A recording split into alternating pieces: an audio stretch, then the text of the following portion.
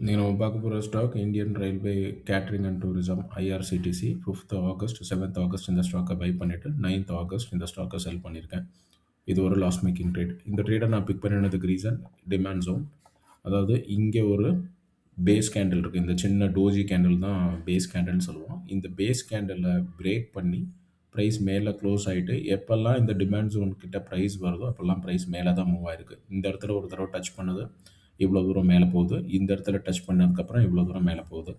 நான் திருப்பி price demand ஜோனுக்குள்ளேயே இருக்கிறனால இந்த ஸ்டாக்கை நான் நெக்ஸ்ட் டே மார்னிங் ஓப்பன் ப்ரைஸில் பிக் பண்ணியிருக்கேன். போட்டிருக்கிற ஃபர்ஸ்ட் 2 ப்ளூ லைன் என்னோட பை டேட், நான் போட்டிருக்கிற லாஸ்ட் ப்ளூ லைன் என்னோட செல் டேட். நான் கேண்டில் ஸ்டிக் ரீப்ளே பண்ணுறேன். நான் வாங்கின ஓப்பன் ப்ரைஸ்லேருந்து நல்ல பெரிய ட்ராப் விழுந்துருச்சு. இப்போவே இந்த ஸ்டாக்கை செல் பண்ணுறதுக்கு உண்டான எலிஜிபிலிட்டி தான். ஏன்னா ஆல்மோஸ்ட் 4.5% விழுந்துருச்சு. நான் இங்கேருந்து வாங்கினனால இந்த ரேஞ்சுக்கு உண்டான லாஸ் எனக்கு இருக்கும். இதுக்கு அடுத்த நாள் ஆவரேஜ் பண்ணலான்னு சொல்லி இந்த இடத்துல வாங்கியிருக்கேன். அதுக்கப்புறமும் ப்ரைஸ் பெருசாக மூவ் ஆகாதனால இந்த ஓப்பன் ப்ரைஸில் இந்த இடத்துல நான் செல் பண்ணிட்டேன்.